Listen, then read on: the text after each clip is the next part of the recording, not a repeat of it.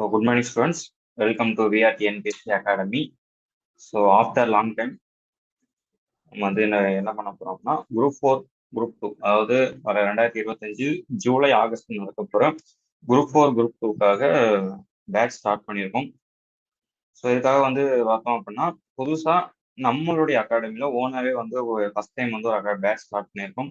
So இதுக்கான fees structure வந்து பார்த்தோம் அப்படின்னா ரொம்ப கம்மி தான். அதாவது 1499 அந்த அந்த ஃபீஸ் ஸ்ட்ரக்சர் அப்படிங்கிற மாடல்ல தான் ஆரம்பிச்சிருக்கோம்.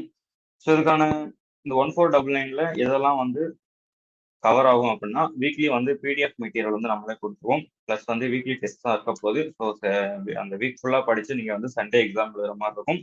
ஸோ அதுக்கப்புறம் வந்து பார்த்தோம் அப்படின்னா இண்டிவிஜுவல் ட்ரைனிங், அதாவது அந்த வீக் எக்ஸாம்ஸ்ல உங்களோட ஸ்கோரிங்கை வச்சு உங்களோட பெர்ஃபார்மன்ஸை வச்சு ஸோ நீங்கள் வந்து எந்தெந்த டாபிக்ஸ்லாம் ரொம்ப வீக்காக இருக்கீங்க, ஸோ எந்த டாபிக்ஸ்லாம் வந்து நீங்கள் வந்து நல்லா வந்து ஸ்கோர் பண்ணணும், ஸோ எந்த டாபிக்ஸ்லாம் நீங்கள் வந்து ஃபோக்கஸ் பண்ணணும், ஸோ எந்த டாபிக்ஸ்லாம் வந்து நீங்கள் கம்மியாக ஃபோக்கஸ் பண்ணால் போதும். ஸோ அந்த மாதிரி வந்து இண்டிவிஜுவலாக வந்து அங்கே வந்து ஃபீட்பேக்ஸ்லாம் வந்து ப்ரொவைட் பண்ணிடும். ஸோ ரொம்ப முக்கியமானது வந்து பார்த்தோம் அப்படின்னா இந்த பேட்ச் வந்து லிமிடெட் சீட்ஸ் தான், அதாவது ஒரு 50 to 100, 50 to 100 தான் வந்து பிளான் பண்ணியிருக்கோம். ஸோ அப்படின்னா தான் வந்து ஈச் இண்டிவிஜுவல் ட்ரைனர் வந்து ஒவ்வொருத்தவங்களுக்கும் ஃபாலோ பண்ண முடியுன்றதுக்காக ஸோ நிறைய பேர் வந்து இந்த பேட்ச்ல வந்து ஜாயின் பண்ண போறது கிடையாது. ஸோ இன்ட்ரெஸ்ட் இருக்கவங்க கான்டாக்ட் டீடைல்ஸ் கொடுத்துருக்கு. ஸோ டிஸ்கிரிப்ஷன்ல கான்டாக்ட் டீடைல் நம்பர்ஸ் இருக்கு. ஸோ கால் பண்ணுங்க, இல்லை அப்படின்னா வாட்ஸ்அப்லயும் மெசேஜ் பண்ணலாம். ஸோ இன்னைக்கு வந்து நம்ம கிளாஸை ஸ்டார்ட் பண்ணலாம். ஸோ ஃபர்ஸ்ட் டாபிக், இன்னைக்கான ஃபர்ஸ்ட் டாபிக் வந்து என்ன அப்படின்னா பாலிட்டிலேருந்து நம்ம ஸ்டார்ட் பண்ணிடலாம், சரிங்களா? ஸோ இந்திய அரசியலமைப்பு உருவாக்கம், அதாவது நம்மளுடைய இந்தியன் கான்ஸ்டிடியூஷன் வந்து எப்படி ஸ்டார்ட் பண்ணாங்க, நம்மளுடைய இந்திய அரசியலமைப்பு வந்து எந்த மாதிரி எல்லாம் உருவாச்சு, அதுக்கான ஆணிவேர் என்ன, ஸோ இப்போ இந்திய அரசியலமைப்பு எப்படி இருக்கு, ஸோ அதான் பார்க்க போறோம். ஸோ யூனிட் 4ல இருக்கு இந்தியன் இப்போ நியூ சிலபஸ்ல, சரிங்களா? ஸோ புது சிலபஸ்ல நியூ சிலபஸ் யூனிட் 4ல இருக்கு. ஸோ நாங்க டாபிக் உள்ள போறோம். ஸோ இந்திய அரசியலமைப்பு. ஸோ அதுக்கு முன்னாடி அரசியலமைப்பு அப்படின்னா என்னன்னு அப்படி தெரிஞ்சுக்கணும். ஸோ அரசியலமைப்பு அப்படின்னா என்னன்னா ஒரு மக்களாட்சி நாடு, அதாவது மக்களாட்சி, அதாவது ஜனநாயக முறைப்படி தேர்தல் மூலம் தேர்ந்தெடுக்கப்பட்ட ஒரு நாடு, அந்த தேர்தல் முறையை கொண்ட ஒரு நாடு ஒரு கைடன்ஸ் மாதிரி. ஸோ அந்த நாட்டுக்கான கைடன்ஸ், அதாவது அந்த நாட்டு மக்களுக்கான கைடன்ஸா இருக்கலாம், இல்லை நாட்டு ஆட்சி பண்ணக்கூடிய பிரதிநிதிகளுக்கான கைடன்ஸ். ஸோ இது மாதிரி அடங்கிய ஒரு புத்தகம் தான் என்னது அப்படின்னா அரசியலமைப்பு. ஸோ அரசியலமைப்பு அப்படிங்கிற கருத்தாக்கம் முதல்ல எங்க உருவாச்சு அப்படின்னா அமெரிக்கால தான் உருவாச்சு, சரிங்களா? ஸோ யூஎஸ் கான்ஸ்டிடியூஷன் அப்படின்னு சொல்லுவாங்க. ஸோ அமெரிக்கால தான் வந்து பார்த்தோம் அப்படின்னா முதல்ல வந்து இந்த அரசியலமைப்பு அப்படின்னு சொல்லிட்டு ஒரு இது உருவாச்சு. ஸோ அங்க வந்து பார்த்தோம் அப்படின்னா 1787, சரிங்களா? ஸோ 1787 உலகின் முதல் மக்களாட்சி நாடு அதுதான். ஸோ 1787 வந்து அமெரிக்கா தனக்கான அரசியலமைப்பை வந்து எழுதி முடிச்சிருந்தாங்க. ஸோ அடுத்து வந்து பார்த்தோம் அப்படின்னா இந்தியாவில் வந்து எப்படி அப்படின்னா, ஸோ இந்தியாவில் வந்து 1928 நேரு அறிக்கை அப்படின்னு சொல்லிட்டு ஒரு அறிக்கையை வந்து வெளியிடுவார். யார் அப்படின்னா மோதிலால் நேரு, ஜவஹர்லால் நேரு இல்ல, மோதிலால் நேரு, அதாவது ஜவஹர்லால் நேருவோட அப்பா. ஸோ அதாவது பார்த்தோம் அப்படின்னா 1927, சரிங்களா? ஸோ 1927 சைமன் கமிஷன் அப்படின்னு சொல்லிட்டு ஒரு கமிட்டி வந்து ஃபார்ம் பண்ணுவாங்க. ஸோ அந்த கமிஷன் வந்து எதுக்காக அப்படின்னா இந்தியாவுக்கு புதுசா ஒரு சட்டம் கொண்டு வரணும், அந்த சட்டத்துக்கு, அதாவது இந்தியாவுக்கு புதுசா ஒரு சட்டம் கொண்டு வரணும். இதுக்கு முன்னாடியேவும் 1919 மாண்டேகு செம்ஸ்போர்டு சீர்திருத்த சட்டம் அப்படின்னு சொல்லிட்டு சட்டம் கொண்டு வந்திருப்பாங்க. அந்த சட்டம் எவ்வாறு செயல்படுகிறது, இதுக்கப்புறம் புதுசா ஒரு சட்டம் போடணும் அப்படின்னா எந்த மாதிரியான போடலாம், ஸோ இப்ப இந்தியாவில் என்ன மாதிரியான சுச்சுவேஷன் இருக்கு அதை ஆராய்ச்சியாக தான் பார்த்தோம்னா 1927 சைமன் கமிஷன் அப்படின்னு சொல்லிட்டு ஒரு கமிஷன் வந்து ஃபார்ம் பண்ணியிருப்பாங்க, சரிங்களா? ஸோ சைமன் கமிஷன் அப்படின்னு சொல்லிட்டு ஃபார்ம் பண்ணது காரணம் வந்து என்ன அப்படின்னா இந்தியாவில் இப்ப இருக்க சுச்சுவேஷன் எப்படி இருக்கு, புதுசா சட்டம் வந்து எப்படி போடலாம், பழைய மாண்டேகு செம்ஸ்போர்டு சீர்திருத்த சட்டம் எப்படி இருக்கு ஆராயறதுக்காக கொண்டு வந்திருப்பாங்க. ஸோ அந்த கமிட்டியில வந்து பார்த்தோம் அப்படின்னா மொத்தம் ஒரு 7 மெம்பர்ஸ் இருப்பாங்க. ஆனா ஒருத்தர் கூட இந்தியரா இருக்க மாட்டாங்க, சரிங்களா? ஸோ அதுக்காக வந்து நிறைய பெரிய அளவிலான போராட்டம்லாம் இந்தியாவில் நடக்கும்.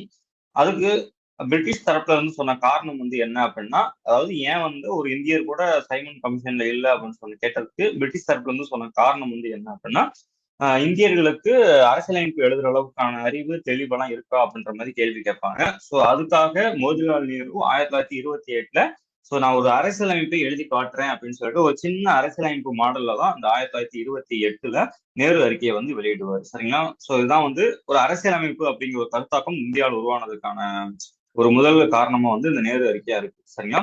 ஸோ ரெண்டாவது இந்த அரசியலமைப்பு இந்தியாவுக்குன்னு சொல்லிட்டு ஒரு அரசியலமைப்பு வேணும் அல்லது ஒரு அரசியலமைப்பு நிர்ணய சபை வேணும் அப்படின்னு சொல்லிட்டு முத கோரிக்கை வச்சது வந்து யார் அப்படின்னா எம்.என். ராய். சரிங்களா? இவர் வந்து ஒரு கம்யூனிஸ்ட் பார்ட்டியினுடைய ஒன் ஆஃப் த ஃபவுண்டர். சரிங்களா? 1925 இந்திய கம்யூனிஸ்ட் கட்சி நிறுவப்பட்டது. அந்த கட்சியினுடைய ஒன் ஆஃப் த ஃபவுண்டர் தான் யார் அப்படின்னா இந்த எம்.என். ராய். அவர் தான் வந்து முதலாக இந்தியாவுக்குன்னு சொல்லிட்டு ஒரு அரசியலமைப்பு வேணும், அரசியலமைப்பு நிர்ணய சபை வேணும் அப்படின்னு சொல்லிட்டு முதல்ல கோரிக்கை வச்சது வந்து யார் அப்படின்னா இந்த எம்.என். ராய் அவர்கள் தான். இவங்களுக்கு அப்புறம் வந்து பார்த்தோம் அப்படின்னா 1935 இந்திய தேசிய காங்கிரஸ், அதாவது ஐஎன்சி, இந்திய தேசிய காங்கிரஸ் வந்து என்ன பண்றாங்க அப்படின்னா அதுக்கு அடுத்த வருஷமே ஒரு கோரிக்கை வைக்கிறாங்க, இந்தியாவுக்கு ஒரு அரசியலமைப்பு வேணும் அப்படின்னு சொல்லிட்டு. சரிங்களா? அதுக்கு அடுத்து வந்து பார்த்தோம் அப்படின்னா 1938 ஜவஹர்லால் நேரு அவரும் வந்து ஒரு கோரிக்கை வைக்கிறாரு. அவருடைய கோரிக்கை வந்து எப்படி இருக்கு அப்படின்னா அரசியலமைப்பு நிர்ணய சபை முழுக்க இந்தியர்களை மட்டுமே கொண்டிருக்க வேண்டும். சரிங்களா? அதாவது யுனிவர்சல் அடல்ட் பிரான்ச்சைஸ் அப்படின்னு சொல்லுவாங்க. அதாவது வயது வந்தோர் வாக்குரிமை அடிப்படையில் தேர்ந்தெடுக்கப்பட்ட இந்தியர்களை மட்டுமே உறுப்பினர்களாக கொண்ட ஒரு அரசியலமைப்பு நிர்ணய சபை வேணும் அப்படின்னு சொன்னது வந்து யாரு அப்படின்னா நம்ம ஜவஹர்லால் நேரு தான். சரிங்களா? அவர் என்ன சொல்றாரு அப்படின்னா வயது வந்தோர் வாக்குரிமை அடிப்படையில் தேர்தல் மூலம் தேர்ந்தெடுக்கப்பட்ட இந்தியர்களை மட்டுமே உறுப்பினர்களாக கொண்ட ஒரு அரசியலமைப்பு நிர்ணய சபை வேணும் அப்படின்னு சொல்லிட்டு சொன்னது வந்து யாரு அப்படின்னா ஜவஹர்லால் நேரு.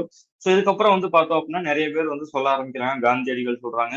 எல்லாருமே வந்து ஒரு அரசியலமைப்பு வேணும் அப்படின்னு சொல்லிட்டு நிறைய வந்து கோரிக்கை வைக்க ஆரம்பிச்சாங்க. இந்த முதல் 3 மட்டும் தெரிஞ்சு வச்சுக்கிட்டா போதும்.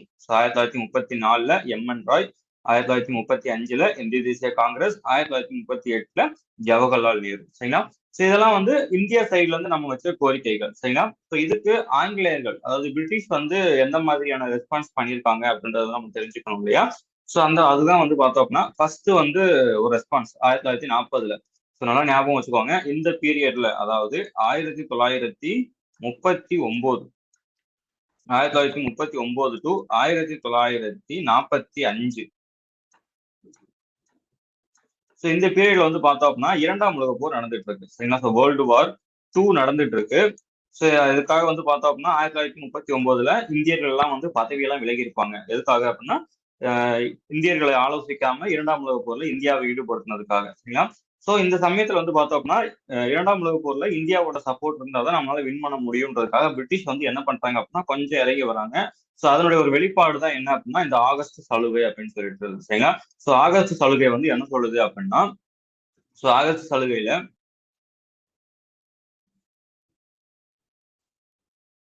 இந்த ஆகஸ்ட் சலுகையில வந்து என்ன சொல்றாங்க அப்படின்னா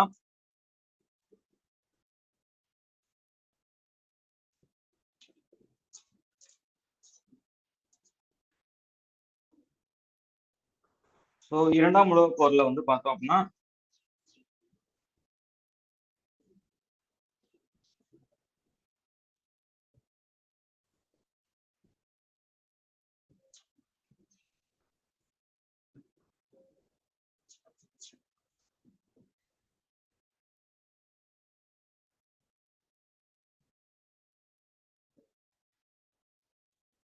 இரண்டாம் உலக போர்ல இந்தியர்களை வந்து ஈடுபடுத்தணுங்கிறதுக்காக பிரிட்டிஷ் வந்து என்ன பண்றாங்க அப்படின்னா கொஞ்சம் கொஞ்சமா வந்து இறங்கி வர ஆரம்பிக்கிறாங்க. அதனுடைய ஒரு முதல் வெளிப்பாடு தான் என்ன அப்படின்னா இந்த ஆகஸ்ட் மாத சலுகை. சரிங்களா? இந்த ஆகஸ்ட் மாத சலுகையில வந்து அவங்க என்ன சொல்றாங்க அப்படின்னா இந்தியர்களுக்கு நாங்க வந்து கூடிய சீக்கிரம் வந்து அரசியலமைப்பு நாங்க எழுதி தரோம். ஆனா என்ன சொல்றாங்க அப்படின்னா 2ஆம் உலக போர் முடியட்டும். போர் முடிஞ்சதுக்கு அப்புறம் வந்து நாங்க என்ன பண்றோம் அப்படின்னா உங்களுக்கான அரசியலமைப்பு நாங்களே வந்து எழுதி தரோம் அப்படின்னு சொல்லிட்டு யார் சொல்றா அப்படின்னா இந்த பிரிட்டிஷ் வந்து சொல்றாங்க. அது மட்டும் இல்லாம இந்த ஆகஸ்ட் சலுகையில வந்து என்ன சொல்லியிருப்பாங்க அப்படின்னா ஜஸ்ட் ஒரு டொமினியன் ஸ்டேட்டஸ் அப்படின்னு சொல்லியிருப்பாங்க. சரிங்களா? டொமினியன் ஸ்டேட்டஸ் சொல்லியிருப்பாங்க. டொமினியன் ஸ்டேட்டஸ் அப்படின்னா என்னன்னா உங்களுக்கு, அதாவது நமக்கும் வந்து பிரிட்டிஷ் தான் மன்னரா இருப்பாங்க. பிரிட்டிஷ் ராஜாங்கத்துக்கு கீழே நம்ம என்னவா இருப்போம் அப்படின்னா ஒரு ஒரு சின்ன நாடு மாதிரி இருப்போம். நமக்கும் ராஜா வந்து யாரு அப்படின்னா பிரிட்டிஷ்க்கு யாரு ராஜாவா இருக்காங்களோ, அதாவது பிரிட்டிஷ்க்கு வந்து எலிசபெத் வந்து ராசாவா இருப்பாங்க. சரிங்களா? அவங்களுக்கு யாரு கிங்கா இருப்பாங்களோ அவங்க தான் வந்து பார்த்தோம் அப்படின்னா இந்தியாவுக்கும் கிங்கா இருப்போம் அப்படின்னு சொல்றதுதான் வந்து பார்த்தோம் அப்படின்னா அந்த ஆகஸ்ட் சலுகையினுடைய முதல் இது. சரிங்களா? ஆகஸ்ட் சலுகையில வந்து என்ன சொல்றாங்க அப்படின்னா 2ஆம் உலக போர் முடிஞ்சதுக்கு அப்புறம் நாங்க வந்து உங்களுக்கு வந்து அரசியலமைப்பை நாங்களே எழுதி தரோம் அப்படின்னு சொல்லுவாங்க. 2வது இவங்க என்ன சொல்லுவாங்க அப்படின்னா இந்தியாவுடைய அரசியலமைப்பு இந்தியாவுக்கு நாங்க டொமினியன் ஸ்டேட்டஸ் தரோம். டொமினியன் ஸ்டேட்டஸ் அப்படின்னா என்ன அர்த்தம் அப்படின்னா இங்கிலாந்துக்கு கீழே இந்தியா வந்து ஒரு சின்ன நாடு அப்படின்ற மாதிரி சொல்லியிருப்பாங்க சரிங்களா. ஸோ அதை வந்து பார்த்தோம் அப்படின்னா இந்தியா வந்து ஏத்துக்க மாட்டாங்க. ஸோ குறிப்பா வந்து நேரு வந்து அது என்ன சொல்லுவாரு அப்படின்னா டெட் அஸ் டோர் நைல் அப்படின்னு சொல்லிட்டு யார் சொல்லுவா அப்படின்னா நேரு அவர்கள் வந்து சொல்லுவாங்க சரிங்களா. ஸோ ரெண்டாவது வந்து பார்த்தோம் அப்படின்னா முஸ்லீம் இதுக்கப்புறம் வந்து 1940க்கு அப்புறம், அதாவது இந்த ஆகஸ்ட் அறிக்கைக்கு அப்புறம் வந்து பார்த்தோம் அப்படின்னா காந்தியடிகள் வந்து தனிநபர் சத்தியாகிரகத்தை ஆரம்பிச்சிருவாரு சரிங்களா. தனிநபர் சத்தியாகிரகத்தை ஆரம்பிச்சிருவாரு. ஸோ மறுபடியும் போராட்டம் நடக்க ஆரம்பிக்குது. ஸோ 1940க்கு அப்புறம் 42 ஆயிடுச்சு. இரண்டாம் உலக போர் ரொம்ப தீவிரமா நடந்துட்டு இருக்கு. ஒரு பக்கம் வந்து நேதாஜி அவர்கள் வந்து ஜப்பானுக்கு போய் ஹிட்லர் கிட்ட சப்போர்ட் வாங்க பார்ப்பாரு. அதுக்கப்புறம் வந்து சிங்கப்பூர் போயிட்டு ஒரு பக்கம் இந்திய தேச ராணுவத்தை ஆரம்பிக்கிறாரு. ஸோ இன்னொரு பக்கம் வந்து பார்த்தோம் அப்படின்னா ஜப்பான் ஜெர்மனி கூட்டணி எல்லாம் ரொம்ப ஸ்ட்ராங்கா இருக்கு. ஸோ இந்த சமயத்துல வந்து பிரிட்டிஷ்க்கு வந்து வேற வழியே இல்லை. ஸோ இந்தியாவோட சப்போர்ட் வாங்கணுங்கிறதுக்காக மறுபடியும் ஒரு கமிட்டி ஒன்று ஃபார்ம் பண்றாங்க. ஸோ அதுதான் வந்து என்ன அப்படின்னா இந்த கிரிஃப்த் குழு அப்படின்னு சொல்லிட்டு ஒரு கமிட்டி சரிங்களா. ஸோ இந்த கிரிஃப்த் குழு வந்து எப்போ வராங்க அப்படின்னா 1942ல வராங்க. கிரிஃப்த் குழு 1942ல வராங்க. ஸோ இந்த கமிட்டி வந்து என்ன சொல்லுது அப்படின்னா ஸோ இந்தியர்களுக்கு நீங்களே ஒரு அரசியலமைப்பு எழுதிக்கோங்க. ஸோ ஆகஸ்ட் மாத சலுகையில் வந்து என்ன சொல்லுவாங்க அப்படின்னா உங்களுக்கு அரசியலமைப்பு நாங்க எழுதி தரோம்னு சொல்லுவாங்க. ஆனா கிறிஸ்துவத்துக்குள்ள வந்து என்ன சொல்லுங்கன்னா உங்களுக்கான அரசியலமைப்பை நீங்களே எழுதிக்கோங்க. ஆனா இதுவும் வந்து போருக்கு அப்புறம் தான், அதாவது இரண்டாம் உலக போர் முடிஞ்சதுக்கு அப்புறம் தான் நாங்க என்ன பண்ணுவோம் அப்படின்னா உங்களுக்கான அரசியலமைப்பு நீங்க எழுதிக்கோங்க. ஆனா நீங்க வந்து பிரிட்டிஷ்க்கு சப்போர்ட் பண்ணுங்கன்ற மாதிரி இந்த கிரிஃப்த் பொதுக்குழு வந்து சொல்லுவாங்க. ஸோ காங்கிரஸ் வந்து என்ன பண்ணுவாங்க அப்படின்னா இந்த அறிக்கையும் நிராகரிச்சிருவாங்க. குறிப்பா வந்து காந்தியடிகள் வந்து என்ன சொல்றாரு அப்படின்னா திவாலாகி கொண்டிருக்கும் வங்கியின் பின் தேதியிட்ட காசோலை, அதாவது ஒரு பேங்க் வந்து திவால் ஆயிட்டு இருக்கு, அதுல இருக்க அமௌண்ட் எல்லாம் குறைஞ்சிட்டே இருக்கு. ஆனா அந்த பேங்க் வந்து என்ன பண்றாங்க அப்படின்னா ஒரு 2 வருஷம் கழிச்சு என் பேங்க்ல வந்து காசை வாங்கிட்டு அப்படின்ற மாதிரி ஒரு செட்டு தராங்க. ஸோ அதுதான் வந்து திவாலாகி கொண்டிருக்கும் வங்கியின் பின் தேதியிட்ட காசோலை அப்படின்னு சொல்லிட்டு காந்தியடிகள் வந்து அதை நிராகரித்தாரு. ஸோ காங்கிரஸ் நிராகரிக்குது. குறிப்பா முஸ்லீம் லீக்குமே இதை நிராகரிக்கிறாங்க. காரணம் வந்து என்ன அப்படின்னா அவங்க வந்து தனிநாடு கோரிக்கை பை நேஷன் தியரியில இருப்பாங்க. அதாவது இப்ப இஸ்லாமியர்களுக்கு பாகிஸ்தான் அப்படிங்கிற ஒரு தனி நாடு வேணும் அப்படின்னு சொல்லிட்டு அவங்க வந்து இந்த கிரிஃப்த் பொதுக்குழுனுடைய அறிக்கையை வந்து நிராகரிச்சிருவாங்க. ஏன்னா அந்த கிரிஃப்த் பொதுக்குழு வந்து என்ன பண்ணும்னா பாகிஸ்தான் கோரிக்கையை ஏற்காது. அதாவது இந்தியாங்கிறது ஒரு முழு நாடா தான் இருக்கும். பாகிஸ்தான் அப்படின்னு சொல்லிட்டு தனிநாடு இருக்காது அப்படின்னு சொல்லிட்டு யார் சொல்லிடுவா அப்படின்னா இந்த கிறிஸ்துவ குழு சொல்லிடும். ஸோ அதனால வந்து பார்த்தோம் அப்படின்னா முஸ்லீம் லீக் வந்து இதை வந்து நிராகரிச்சிருவாங்க சரிங்களா. ஸோ இதுக்கப்புறம் வந்து பார்த்தோம் அப்படின்னா மறுபடியும் அதுக்கப்புறம் வந்து காந்தியடிகள் 1942ல வெள்ளையனே வெளியேறு இயக்கம், அதாவது குவிட் இந்தியா மூவ்மெண்ட் வந்து ஸ்டார்ட் பண்ணிடுவாரு. யார் அப்படின்னா காந்தியடிகள். ஸோ அதுக்கப்புறம் வந்து மறுபடியும் நிறைய பெரிய அளவில் போராட்டமும் நடக்க ஆரம்பிக்குது. ஸோ சப்போஸ் இப்போ வந்து பார்த்தோம் அப்படின்னா ஒரு இடத்துக்கு மேல இந்தியாவுக்கு நாங்கள் விடுதலை கொடுக்க தான் போறோம் அப்படிங்கிற மாதிரியான ஒரு பேச்சுவார்த்தைகள் நடக்க ஆரம்பிக்குது சரிங்களா. ஸோ இந்த சமயத்துல தான் வந்து பார்த்தோம் அப்படின்னா மறுபடியும் இன்னொரு கமிட்டி வராங்க சரிங்களா. ஸோ அது வந்து என்ன அப்படின்னா அமைச்சரவை பொதுக்குழு, அதாவது கேபினெட் மிஷன் அப்படிங்கிற ஒரு அமைச்சரவை பொதுக்குழு வந்து வராங்க. எப்போ அப்படின்னா 1946ல சரிங்களா. ஸோ 1946 மார்ச் மாசம் இந்தியா வருவாங்க சரிங்களா. ஸோ 1946 மார்ச் மாசம் இந்தியா வராங்க. ஸோ அவங்க வந்து என்ன பண்றாங்கன்னா மே மாசம் வந்து ரிப்போர்ட்டை சப்மிட் பண்றாங்க சரிங்களா. ஸோ 1946 மார்ச் மாசம் வந்தவங்க மேல வந்து ரிப்போர்ட்டை வந்து சப்மிட் பண்றாங்க. ஸோ இந்த கமிட்டில வந்து பார்த்தோம் அப்படின்னா மொத்தம் ஒரு 3 பேர் இருப்பாங்க. So Stafford grips, Pethick Lawrence, AV Alexander அப்படின்னு சொல்லிட்டு ஒரு 3 பேர் இருப்பாங்க சரிங்களா. Stafford grips, AV Alexander, Pethick Lawrence அப்படின்னு சொல்லிட்டு ஒரு 3 பேர் இருப்பாங்க.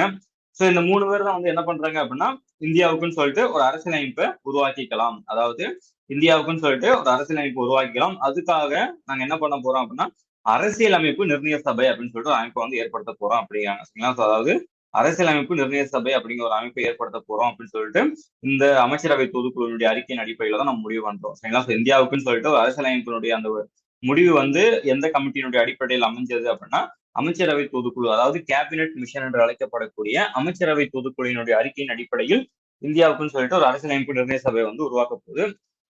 ஸோ 1946 மே மாசம் அரசியலமைப்பு நிர்ணய சபை உருவாக்க போறோம் அப்படின்னு சொல்லிட்டு ஒரு முடிவாயிருச்சு. ஸோ அப்ப அந்த அரசியலமைப்பு நிர்ணய சபை வந்து நம்ம எவ்வாறு உருவாக்க போறோம் அப்படின்னு சொல்லிட்டு ஒரு சில ரூல்ஸ் அண்ட் ரெகுலேஷன்ஸை இந்த கேபினெட் மிஷனே வந்து சொல்லியிருக்கு. ஸோ ஃபர்ஸ்ட் வந்து பார்த்தோம் அப்படின்னா விகிதாச்சார பிரதிநிதித்துவ அடிப்படையில். ஸோ விகிதாச்சார பிரதிநிதித்துவம் அப்படின்னா ஸோ ஃபர்ஸ்ட் வந்து என்ன அப்படின்னா விகிதாச்சார பிரதிநிதித்துவம். ஸோ அப்படின்னா என்ன அர்த்தம் அப்படின்னா 10 லட்சம் மக்கள் தொகைக்கு ஒரு உறுப்பினர் சரிங்களா. அதாவது 10 லட்சம் மக்கள் தொகைக்கு 10 லட்சம் மக்கள் தொகைக்கு ஒரு உறுப்பினர் என்ற அடிப்படையில என்ன பண்றாங்க அப்படின்னா விகிதாச்சார பிரதிநிதித்துவம் வந்து அதாவது 10 லட்சம் மக்கள் சேர்ந்து ஒரு உறுப்பினர் வந்து அவங்களை வந்து பிரதிநிதித்துவப்படுத்தணும் அப்படிங்கிறது அதனுடைய கான்செப்ட் சரிங்களா. ரெண்டாவது கான்செப்ட் வந்து என்ன அப்படின்னா பகுதி அளவு தேர்ந்தெடுக்கப்பட்ட உறுப்பினர்கள். ஸோ பகுதி அளவு தேர்ந்தெடுக்கப்பட்ட உறுப்பினர்கள் அப்படின்னா என்ன அர்த்தம் அப்படின்னா எலெக்ஷன் பேஸ்டு. சரிங்களா? ஸோ அதாவது வந்து பார்த்தோம் அப்படின்னா அந்த சமயத்துல, அதாவது 1946 அந்த சமயத்துல வந்து பார்த்தோம் அப்படின்னா பிரிட்டிஷ் இந்தியா மாகாணத்துல வந்து பிரிட்டிஷ் இந்தியால வந்து பார்த்தோம் அப்படின்னா மொத்தம் 11 ஸ்டேட்ஸ் இருக்கும். 4 வந்து பிரின்ஸ்லி, சாரி 4 வந்து சீஃப் கமிஷன் ப்ராவின்சஸ், அதாவது ராணுவ ஆட்சி நடைபெறும் இடங்கள்னு சொல்லுவாங்க. ஸோ மொத்தம் வந்து 11 ஸ்டேட்ஸ் இருக்கு. அதுக்கப்புறம் வந்து பார்த்தோம் அப்படின்னா 4 வந்து சீஃப் கமிஷன் ப்ராவின்சஸ், ராணுவ ஆட்சி நடைபெறக்கூடிய இடங்கள் இருக்கு. சரிங்களா? ஸோ 4 வந்து என்னென்ன அப்படின்னா டெல்லி, அஜ்மீர், கூர்க், பலுசிஸ்தான். சரிங்களா? ஸோ டெல்லி, அஜ்மீர், கூர்க், பலுசிஸ்தான் அப்படின்னு சொல்லிட்டு 4 பகுதியை தான். ஸோ இந்த 15 மாகாணங்கள்ல, சரிங்களா, ஸோ மொத்தமா இந்த 15 மாகாணங்கள் வந்து பார்த்தோம் அப்படின்னா எலெக்ஷன் பேஸ் பண்ணி, அதாவது தேர்தல் மூலமா என்ன பண்ண போறோம் அப்படின்னா நம்ம தேர்ந்தெடுக்க போறோம். சரிங்களா? ஸோ எலெக்ஷன் பேஸ் பண்ணி நம்ம என்ன பண்ண போறோம் அப்படின்னா தேர்தல் மூலமா அவங்களை வந்து நம்ம எலெக்ட் பண்ண போறோம். அதுதான் வந்து பகுதி அளவு தேர்ந்தெடுக்கப்பட்ட அப்படின்னு அர்த்தம். சரிங்களா? ஸோ ரெண்டாவது வந்து பார்த்தோம் அப்படின்னா பகுதி அளவு பரிந்துரைக்கப்பட்ட. சரிங்களா? ஸோ பகுதி அளவு பரிந்துரைக்கப்பட்ட அப்படின்னா என்ன அர்த்தம் அப்படின்னா ஸோ இந்தியாவில் அப்போ பிரின்ஸ்லி ஸ்டேட்ஸ் அப்படின்னு சொல்லிட்டு ஒருத்தவங்க இருந்தாங்க. ஸோ அதாவது என்ன அப்படின்னா சுதேச மன்னர்கள், சுதேச அரசர்கள் அப்படின்னு சொல்லுவோம் இல்லையா? ஸோ அதாவது நம்ம ஹைதராபாத் நிஜாம், அப்புறம் தஞ்சாவூர்ல வந்து நாயக்கர்கள் இருந்தாங்க. ஸோ அதுக்கப்புறம் வந்து பார்த்தோம் அப்படின்னா மதுரையிலையும், ஸோ புதுக்கோட்டையில வந்து சேதுபதி மன்னர்கள் அப்படின்னு சொல்லிட்டு ஒரு குறிப்பிட்ட பகுதியில வந்து பார்த்தோம் அப்படின்னா ஒரு மன்னர்கள் தான் வந்து ஆட்சி பண்ணிட்டு இருந்தாங்க. ஸோ அப்படி இந்தியா முழுவதும் வந்து பார்த்தோம் அப்படின்னா மொத்தம் 565 சுதேச மன்னர்கள் இருந்தாங்க. சரிங்களா? சாரி 563. சார் 563 சுதேச மன்னர்கள் இருந்தாங்க. ஸோ இவங்களுடைய, சரிங்களா, ஸோ இவங்க வந்து என்ன பண்ணுவாங்க அப்படின்னா எலெக்ஷன் மூலமா இருக்க மாட்டாங்க. ஸோ இவங்களுடைய உறுப்பினர்கள் வந்து அங்க என்ன பண்ணுவாங்க அப்படின்னா தேர்ந்தெடுத்து, அதாவது பரிந்துரை பண்ணுவாங்க. எங்களுடைய உறுப்பினர், எங்களுடைய மாகாணம் சார்பா வந்து நாங்க வந்து ஒருத்தரை வந்து இவரை அப்பாயின்ட் பண்றோம் அப்படின்னு சொல்லிட்டு இவங்க வந்து என்ன பண்ணுவாங்க அப்படின்னா ரெக்கமெண்ட் பண்ணுவாங்க. சரிங்களா? ஸோ இதான் வந்து பார்த்தோம் அப்படின்னா partly nominated and partly elected. So partly nominate வந்து எந்த சைட்ல இருந்து வருவாங்க அப்படின்னா இந்த சுதேச உறுப்பினர்கள் வந்து வருவாங்க. அந்த எலெக்டட் வந்து 15 பிரிட்டிஷ் இந்திய மாகாணங்கள் வந்து வருவாங்க. சரிங்களா? ஸோ அடுத்து வந்து பார்த்தோம் அப்படின்னா எலெக்ஷன் எப்படி நடக்க போகுது அப்படின்னா மறைமுக தேர்தல் தான். சரிங்களா? ஸோ மறைமுக தேர்தல், அதாவது ஒற்றை மாற்று வாக்குச்சீட்டு அப்படின்னு சொல்லுவாங்க. அதாவது இப்போ பிரசிடென்ட் எலெக்ஷன் நடக்குது இல்லையா? ஸோ அந்த பேசிஸ்ல தான் வந்து என்ன பண்ண போறாங்க அப்படின்னா எலெக்ஷன் வந்து நடக்க போகுது. ஸோ ஆல்ரெடி சொன்ன மாதிரி விகிதாச்சார பிரதிநிதித்துவம், அதாவது 10 லட்சம் மக்கள் தொகைக்கு ஒரு உறுப்பினர் என்ற அடிப்படையில் நம்ம என்ன பண்ண போறோம் அப்படின்னா எலெக்ஷன் வந்து நடக்க போறாங்க. ஸோ அதுக்கு அடுத்து வந்து பார்த்தோம் அப்படின்னா மக்கள் தொகை அடிப்படையில், அதாவது முஸ்லிம்கள், சீக்கியர்கள் மற்றும் இந்துக்கள் அவர்களுடைய மக்கள் தொகையின் அடிப்படையில தான் என்ன பண்ண போறோம் அப்படின்னா அவங்களுடைய உறுப்பினர்களோட எண்ணிக்கை இருக்க போகுது. ஸோ மொத்தம் வந்து பார்த்தோம் அப்படின்னா எலெக்ஷன் வந்து எப்போ நடந்துச்சுன்னா 1946 ஆகஸ்ட் செப்டம்பர் மாதங்கள்ல எலெக்ஷன் நடக்குது. சரிங்களா? 1946 ஆகஸ்ட் செப்டம்பர் மாதங்கள் எலெக்ஷன் நடக்குது. ஸோ அதுக்கப்புறம் வந்து பார்த்தோம் அப்படின்னா மொத்த உறுப்பினர்கள், அரசியலமைப்பு நிர்ணய சபையில் இருந்த மொத்த உறுப்பினர்களோட எண்ணிக்கை வந்து பார்த்தோம் அப்படின்னா 389. சரிங்களா?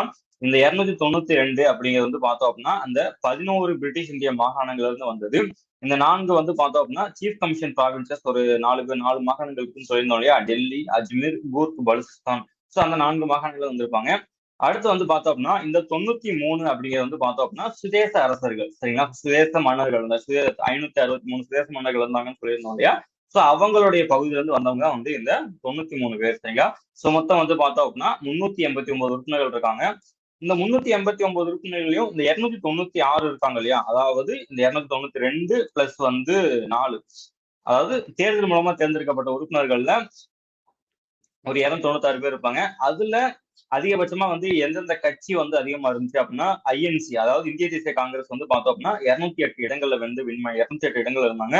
முஸ்லீம் லீக் எம்எல் அப்படின்னா முஸ்லீம் லீக், ஸோ இஸ்லாமியர்களை பிரதிநிதித்துவப்படுத்தக்கூடிய முஸ்லீம் லீக் வந்து பார்த்தோம் அப்படின்னா ஒரு 73 இடங்கள் வின் பண்ணியிருந்தாங்க. அதுக்கப்புறம் சின்ன சின்ன கட்சிகள் எல்லாம் சேர்ந்து ஒரு 15 இடங்களை வந்து வின் பண்ணியிருந்தாங்க. சரிங்களா? ஸோ இதெல்லாம் வந்து பார்த்தோம் அப்படின்னா அரசியலமைப்பு நிர்ணய சபையினுடைய காம்போசிஷன். சரிங்களா? ஸோ மொத்தம் வந்து 389 உறுப்பினர்கள் இருக்காங்க.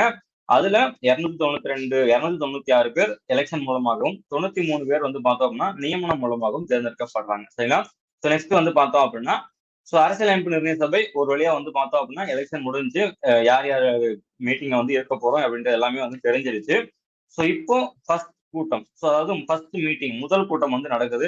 எப்ப அப்படின்னா டிசம்பர் 9, 1946 அன்னைக்கு. சரிங்களா? ஸோ டிசம்பர் 9, 1946 அன்னைக்கு வந்து பார்த்தோம் அப்படின்னா ஃபர்ஸ்ட் மீட்டிங் வந்து நடக்குது. முதல் கூட்டத்தில் வந்து பார்த்தோம் அப்படின்னா எப்ப நடக்குதுன்னா டிசம்பர் 9, 1946. சோ முதல் கூட்டத்தில் முஸ்லீம் லீக் மற்றும் சுதேச அரசுகள் பங்கேற்கவில்லை. ஸோ ஏன் அப்படின்னா முஸ்லீம் லீக்கை பொறுத்தளவு வந்து அவங்க வந்து தனிநாடு கோரிக்கையை வந்து பாகிஸ்தான் அப்படிங்கிற தனிநாடு வேணும் அப்படின்னு சொல்லிட்டு போராட்டம் பண்ண ஆரம்பிக்கிறாங்க. ஸோ அதனால வந்து பார்த்தோம் அப்படின்னா அவங்களுக்கு வந்து இந்த அரசியலமைப்பு மேல நம்பிக்கை கிடையாது. எங்களுக்குன்னு சொல்லிட்டு தனிநாடு வந்ததுக்கு அப்புறம் நாங்க வந்து கலந்துக்கிறோம் அப்படின்னு சொல்லிட்டு முஸ்லீம் லீக் சொல்லிடுவாங்க.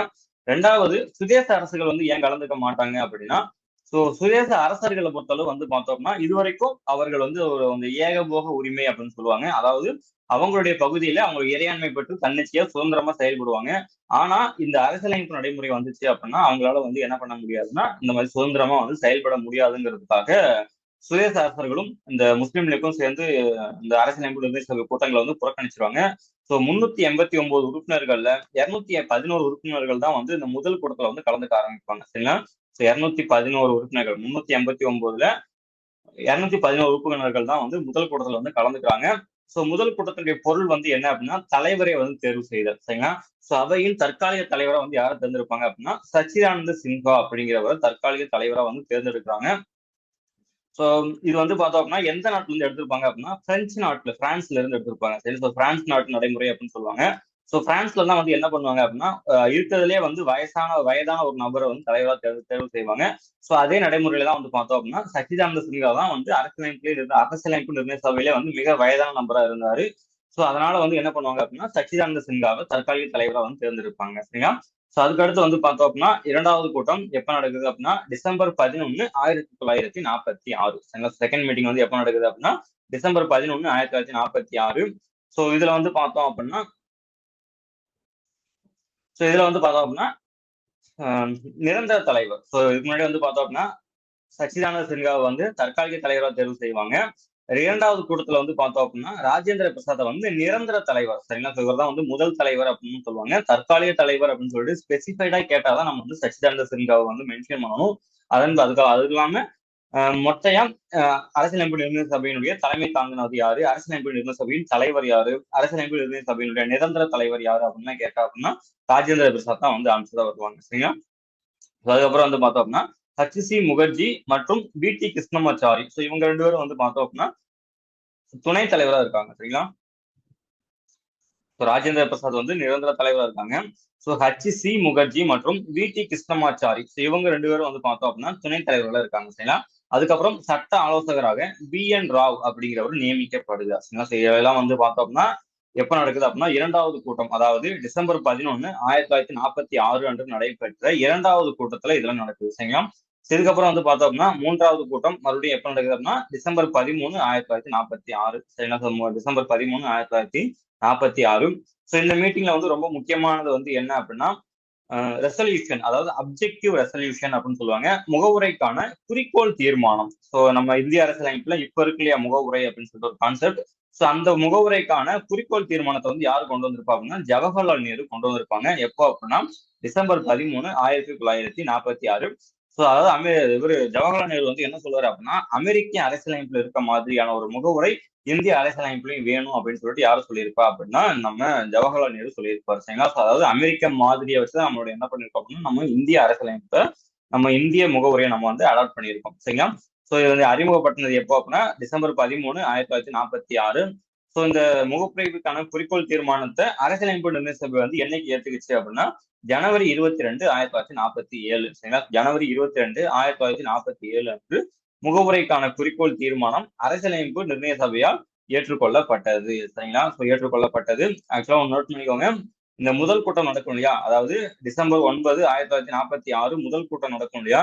ஸோ அன்னைக்கே வந்து நம்மளுடைய அரசியலமைப்பு நிர்ணய சபை அரசியலமைப்பை வந்து எழுத ஸ்டார்ட் பண்ணிடுவாங்க. சரிங்களா? ஸோ டே 1 அப்படிங்கிறது இந்த டிசம்பர் 9 தான்.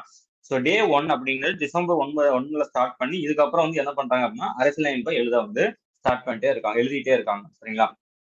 இதுக்கப்புறம் வந்து பார்த்தோம் அப்படின்னா ஜூன் 3 திட்டம்.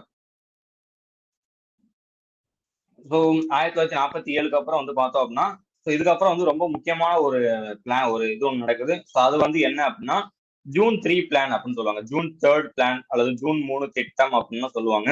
ஸோ அது என்ன ஜூன் 3 திட்டம் அப்படின்னா ஸோ இந்தியாவினுடைய கவர்னர் ஜெனரலா ஒருத்தர் வருவாரு. ஸோ அவர் வந்து யார் அப்படின்னா மவுண்ட் பேட்டன். சரிங்களா? ஸோ மவுண்ட் பேட்டன் வந்து என்ன பண்றாரு அப்படின்னா அவர் வந்து எதுக்கு அனுப்பியிருப்பாங்க அப்படின்னா இந்தியாவை வந்து ரெண்டா பிரிக்கிறதுக்காக அவர் வந்து அனுப்பியிருப்பாங்க. அதாவது இந்தியாவுக்கு நாங்க விடுதலை தர போறோம் பிரிட்டிஷ் வந்து முடிவு பண்ணியிருப்பாங்க. ஜூன் 3 பிளான் படி அதுக்கு முன்னாடியே வந்து பிரிட்டிஷ் வந்து என்ன பண்ணியிருப்பாங்க அப்படின்னா இந்தியாவுக்கு விடுதலை தர போறோம் அப்படின்னு சொல்லிட்டு முடிவு பண்ணியிருப்பாங்க. ஸோ அதுக்காக நிலவரம் வந்து எப்படி இருக்கு ஆராயறதுக்காக தான் என்ன பண்ணியிருப்பாங்கன்னா இந்த மவுண்ட் பேட்டன் அப்படிங்கிறவரை வந்து இந்தியாவுக்கு அனுப்பியிருப்பாங்க. ஸோ அவர் வந்து என்ன பண்றாரு அப்படின்னா ஜூன் 3 பிளான், அதாவது ஜூன் 3 திட்டம் அப்படிங்கிற ஒரு திட்டத்தை வந்து அறிமுகப்படுத்துறாரு. ஸோ அந்த திட்டம் வந்து என்ன சொல்லுது அப்படின்னா ஒரு 3 விஷயம் பத்தி சொல்லும். சரிங்களா? ஸோ ஃபர்ஸ்ட் வந்து என்ன அப்படின்னா இந்தியா வந்து 2 யூனியன்களாக பிரிக்கப்படும். அதாவது இந்திய ஒன்றியம் 2 ஒன்றியங்களாக பிரிக்கப்படும். இந்திய ஒன்றியம், பாகிஸ்தான் ஒன்றியம் அப்படின்னு சொல்லிட்டு 2 ஒன்றியங்களாக பிரிக்கப்படும் அப்படின்னு சொல்லியிருப்பாரு. 2வது ஆகஸ்ட் 15 அப்படின்னு சொல்லிட்டு டேட்டை பிக்ஸ் பண்ணிடுவாரு. சரிங்களா? ஸோ அதாவது ஆகஸ்ட் 15 1947 நம்ம என்ன பண்ண போறோம் அப்படின்னா இந்தியாவுக்கு வந்து விடுதலை கொடுக்க போறோம் அப்படின்னு சொல்லிட்டு ஆகஸ்ட் 15 டேட்டை சொல்லியிருப்பாரு. 3வது ராட்கிளிஃப் ஆணையம், அதாவது ராட்கிளிஃப் கமிஷன், அந்த எல்லையை வந்து நிர்ணயம் பண்றதுக்கு ஒரு கமிஷன் இருக்கும் இல்லையா, இந்தியாவுக்கும் பாகிஸ்தானுக்குமான பார்டர் லைன் வந்து ராட்கிளிஃப் அப்படிங்கிறவருடைய தலைமையிலான கமிஷன் தான் என்ன பண்ண போகுது அப்படின்னா இந்தியா பாகிஸ்தான் பார்டரை வந்து பிக்ஸ் பண்ண போகுது அப்படின்னு சொல்லிட்டு இந்த 3 முக்கியமான நடவடிக்கைகள் வந்து இந்த ஜூன் 3 பிளான்ல வந்து யார் சொல்லியிருப்பா அப்படின்னா நம்ம மவுண்ட் பேட்டன் சொல்லியிருப்பாரு. சரிங்களா? ஸோ இப்போ வந்து பார்த்தோம் அப்படின்னா ஓரளவுக்கு ஒரு ஒரு கன்ஃபர்மேஷன் ஆயிடுச்சு, இந்தியாவை விட்டு பிரிட்டிஷ் வந்து வெளியே போயிடுவாங்க அப்படின்னு சொல்லிட்டு கன்ஃபர்மேஷன் ஆயிடுச்சு. இன்னொரு பக்கம் வந்து பார்த்தோம் அப்படின்னா முஸ்லீம் லீக்குக்கும் ஒரு சந்தோஷம் என்னன்னா இந்தியாவுக்கு நம்ம வந்து பாகிஸ்தான் அப்படிங்கிற தனி நாடு கிடைக்க போகுது அப்படின்னு சொல்லிட்டு.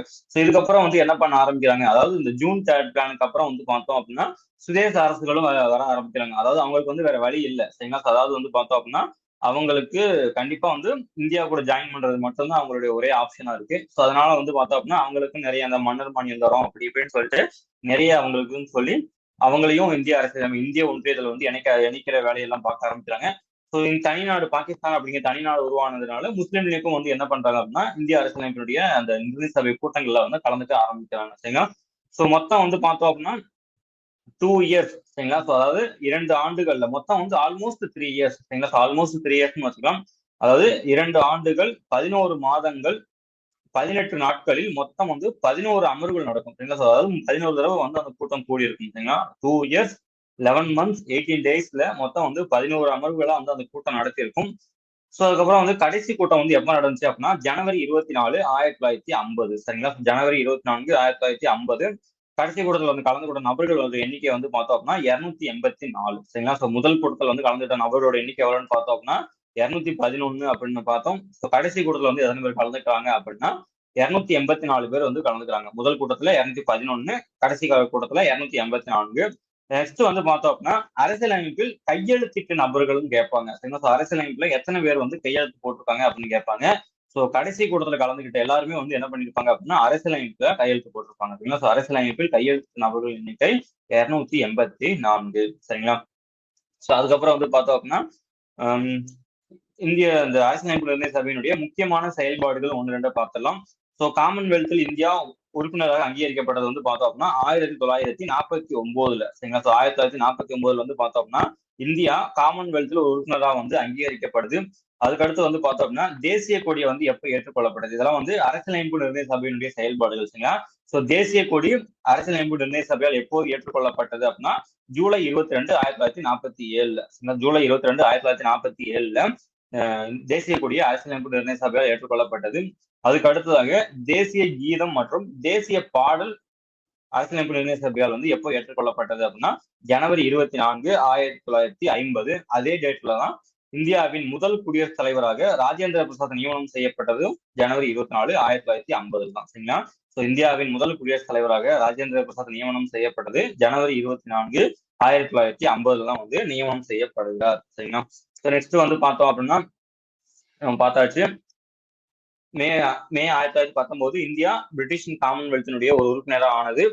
ஸோ அரசியலமைப்பு வந்து என்ன பண்ணோம் அப்படின்னா ஸோ அடுத்து வந்து பார்த்தோம் அப்படின்னா வாசிப்பு காலம் அப்படின்னு சொல்லுவாங்க. அதாவது ஃபர்ஸ்ட் ஒரு கேப் விடுவாங்க, ஃபர்ஸ்ட் வந்து எழுத ஆரம்பிப்பாங்க, அதுக்கப்புறம் ஒரு சின்ன கேப் விட்டு எல்லாரும் அதை ரீட் பண்ணுவாங்க. அதாவது நம்ம எல்லாமே வந்து கரெக்டா தான் பண்ணியிருக்கோமா, இதுக்கப்புறம் ஏதாவது ஆட் பண்ணணுமா அப்படின்னு சொல்லிட்டு பண்ணுவாங்க. ஸோ அந்த மாதிரி வந்து பார்த்தோம் அப்படின்னா மொத்தம் வந்து ஒரு 3 வாசிப்பு காலம் வந்து நடந்திருக்கு. ஸோ முதல் வந்து பார்த்தோம் அப்படின்னா நவம்பர் 2 நவம்பர் 1948 இருந்து 9 நவம்பர் 1948. ஸோ இது வந்து பார்த்தோம் அப்படின்னா முதல் வாசிப்பு. 2வது வந்து பார்த்தோம் அப்படின்னா 15 நவம்பர் 1948 டு 17 நவம்பர் 1949 இது வந்து 2வது வாசிப்பு. மூன்றாவது வாசிப்பு வந்து பார்த்தோம் அப்படின்னா 14 நவம்பர் 1949, 26 நவம்பர் 1949. சரிங்களா? ஸோ இந்த 26 நவம்பர் 1949 தான் வந்து பார்த்தோம் அப்படின்னா கடைசி வாசிப்பு அப்படின்னு சொல்லுவாங்க. சரிங்களா? ஸோ இந்த டேட்ல தான் வந்து என்ன பண்ணியிருப்போம் அப்படின்னா அரசியலமைப்பு இருந்து அரசியல் அமைப்பு, அதாவது இந்தியாவுக்கான கான்ஸ்டிடியூஷனை அரசியலமைப்பை நம்ம ஃபைனல் பண்ணியிருப்போம். எந்த டேட்ல அப்படின்னா அந்த நவம்பர் 26 1949 தான். ஸோ இந்த டேட்ல தான் வந்து பார்த்தோம் அப்படின்னா இந்திய அரசியலமைப்பு நிர்ணய சபை அரசியல் அமைப்பை ஏற்றுக்கொண்டது. சரிங்களா? ஸோ இந்த டேட்ல நம்ம என்ன பண்ணிட்டு இருக்கோம் அப்படின்னா அரசியல் அமைப்பு தினமா வந்து நம்ம கொண்டாடிட்டு இருக்கோம். சரிங்களா? ஸோ என்னைக்கு வந்து ஏற்றுக்கொள்ளப்பட்டது அப்படின்னா, அதாவது நம்மளுடைய இந்திய அரசியலமைப்பு ஏற்றுக்கொள்ளப்பட்ட நாள் நவம்பர் 26 1949. ஸோ அதுக்கப்புறம் வந்து பார்த்தோம்னா ஜனவரி 26 1950 நம்மளுடைய அரசியலமைப்பு முழுமையாக நடைமுறைக்கு வந்தது. ஸோ இந்த டேட்டை தான் நம்ம என்ன பண்ணிட்டு இருக்கோம் அப்படின்னா குடியரசு தினமா வந்து கொண்டாடிட்டு இருக்கோம். சரிங்களா? ஸோ இந்த டேட்டை வந்து நம்ம ஏன் பிக்ஸ் பண்ணோம், அதாவது ஜனவரி 26 1950 அப்படிங்கிறத நம்ம வந்து இந்த டேட்டை வந்து ஏன் வந்து இந்த டேட்டை வந்து பிக்ஸ் பண்ணோம் அப்படின்னு சொல்லிட்டு கேட்பாங்க. ஸோ அதுக்கான காரணம் வந்து என்ன அப்படின்னா 1929 டிசம்பர் மாதம். சரிங்களா? 1929 டிசம்பர் வருஷம் வரலாம் லாகூர்ல வந்து ஒரு மீட்டிங் நடக்கும், காங்கிரஸ் மீட்டிங் நடக்கும். ஸோ அந்த காங்கிரஸ் மீட்டிங்ல ஜவஹர்லால் நேரு வந்து என்ன சொல்லுவாரு அப்படின்னா, அடுத்த மாசம், அதாவது 1929 டிசம்பர்ல மீட்டிங் நடக்குது. ஸோ அடுத்த மாசம் அப்படின்னா 1930 ஜனவரி வந்துடும். சரிங்களா? ஸோ 1930 ஜனவரி வந்துடும். ஸோ ஜவஹர்லால் நேரு வந்து என்ன சொல்றாரு அப்படின்னா அடுத்த மாசம் 26ஆம் தேதி இந்தியாவுக்கு விடுதலை அப்படின்னு சொல்லிட்டு யார் சொல்லிடுவா அப்படின்னா இந்த ஜவஹர்லால் நேரு சொல்லிடுவாங்க. அது மட்டும் இல்லாம 1930 ஜனவரி 26ஆம் தேதி தான் நம்மளுடைய தேசிய கொடி. சரிங்களா? ஸோ நம்மளுடைய தேசிய கொடி அன்னைக்கு தான் வந்து முதல்ல வந்து ராவி நதிக்கரையில வந்து ஏற்றுவாங்க. சரிங்களா? ஸோ அந்த நாளை வந்து முழு சுதந்திர தினம், அதாவது பூர்ண ஸ்வராஜ் டே அப்படின்னு சொல்லுவாங்க, முழு சுதந்திர தினம் அப்படின்னு கொண்டாடுவாங்க. சரிங்களா? ஸோ அதை ஞாபகம் வச்சுக்கணும் அப்படிங்கிறதுக்காக தான் ஜனவரி 26 1950 நம்ம வந்து என்ன பண்ணிருக்கோம் அப்படின்னா அந்த 2 months வெயிட் பண்ணி அந்த டேட்டை வந்து நம்ம பிக்ஸ் பண்ணியிருப்போம். சரிங்களா? ஸோ ஜனவரி 26 1950ங்கிறது நம்மளுடைய அரசியலமைப்பு நடைமுறைக்கு வந்துச்சு. அதுக்கான காரணம் வந்து என்ன அப்படின்னா 1930 ஜனவரி 26 அன்று பூர்ண சுவராஜ் என்று அழைக்கப்படும் முழு சுதந்திர தினம் வந்து அனுசரிக்கப்பட்டது, அது கொண்டாடப்பட்டது. சரிங்களா? ஸோ ராவி நதிக்கரையில இந்திய தேசிய கொடி வந்து ஏற்றுக்கொள்ளப்பட்டது. நம்மளுடைய அரசியலமைப்பு வந்து எழுதி முடிக்க எவ்வளவு நாட்கள் ஆனது அப்படின்னா 2 ஆண்டுகள் 2 years 11 months 18 days ஆயிருக்கு நம்மளுடைய அரசியலமைப்பை எழுதி முடிக்கிறதுக்காக. சரிங்களா? ஸோ நெக்ஸ்ட் வந்து பார்த்தோம்னா வரைவு குழு. ரொம்ப முக்கியமான ஒரு குழு. ஸோ இந்த கமிட்டி தான் வந்து என்ன பண்ணிருப்பாங்க அப்படின்னா அரசியலமைப்பை எழுதுற முக்கியமான பொறுப்பை வந்து வகிச்சிருப்பாங்க. ஸோ இந்த அரசியலமைப்பு வந்து அந்த வரைவு குழு அப்படின்னு கமிட்டி வந்து எப்போ ஏற்றுக்கொள்ளப்பட்டது, எப்போ ஆரம்பிக்கப்பட்டதுன்னா ஆகஸ்ட் 29 1947 தலைவர் டாக்டர் BR அம்பேத்கர். ஸோ இதுல வந்து பார்த்தோம் அப்படின்னா அம்பேத்கர் உட்பட மொத்தம் வந்து ஒரு 7 உறுப்பினர்கள் இருப்பாங்க. ஸோ இந்திய வரைவு குழுவில் அம்பேத்கர் உட்பட ஒரு 7 உறுப்பினர்கள் இருப்பாங்க. தலைவராக யார் இருப்பார் அப்படின்னா டாக்டர் BR அம்பேத்கர் இருப்பாங்க. ஸோ அடுத்து வந்து பார்த்தோம் அப்படின்னா டாக்டர் KM முன்ஷி. அடுத்து வந்து பார்த்தோம் அப்படின்னா Syed Mohammed Saadulla, N Madhavarao, N Gopalaswami Ayyangar, Alladi Krishnaswami Iyer, TT Krishnamachari. So VT Krishnamachari வேற, TT கிருஷ்ணமாச்சாரி வேற, ரெண்டும் கன்ஃபியூஸ் பண்ணிக்காதீங்க. சரிங்களா? ஸோ இவங்கெல்லாம் வந்து பார்த்தோம் அப்படின்னா இந்திய அரசியலமைப்புல இருந்த முக்கியமான நபர்கள். சரி, இந்திய அரசியலமைப்புல இல்ல, வரைவு குழுவில் இருந்த உறுப்பினர்கள். சரிங்களா? ஸோ அடுத்தடுத்து வந்து பார்த்தோம் அப்படின்னா அம்பேத்கர் வந்து 2-3 இதெல்லாம் சொல்லுவாங்க. அதாவது இந்திய அரசியலமைப்பினுடைய தந்தை, அதாவது வரைவு குழுவினுடைய தலைவராக இருந்து ஒட்டுமொத்த இந்திய அரசியலமைப்பு எழுதுறதுக்காக காரணக்கர்த்தாவா இருந்ததுனால இந்திய அரசியலமைப்பினுடைய தந்தையா நம்ம யாரை சொல்றோம் அப்படின்னா டாக்டர் BR அம்பேத்கர் சொல்றோம். அதுக்கு அடுத்தது இந்திய அரசியலமைப்பின் தலைமை பொறியாளர், அதாவது chief architect of Indian constitution அப்படின்னு சொல்லுவோம். ஸோ அதுவும் யாரு அப்படின்னா டாக்டர் BR அம்பேத்கர் அவர்கள் தான். சரிங்களா? ஸோ அதுக்கப்புறம் வந்து பார்த்தோம்னா ஸோ இது வந்து முன்னாடியே நம்ம சொல்லியிருக்க வேண்டியது, கொஞ்சம் தெரிஞ்சு வச்சுக்கோங்க. ஸோ விடுதலைக்கு பின்னர் இந்திய அரசியலமைப்பு நிர்ணய சபையில் சில மாற்றங்கள் அப்படின்னு சொல்லுவாங்க. அதாவது வந்து பார்த்தோம்னா இந்தியா வந்து அந்த 1947 ஜூன் 3 பிளானுக்கு அப்புறம் 1947 ஆகஸ்ட் 15 இந்தியாவுக்கு வந்து விடுதலை கிடைக்க போகுது அப்படின்னு சொல்லியிருந்தோம். ஸோ அதை பேஸ் பண்ணி தான் என்ன பண்ணியிருப்பாங்க அப்படின்னா ஜூலை 18, சரிங்களா? ஸோ ஜூலை 18 1947, அதாவது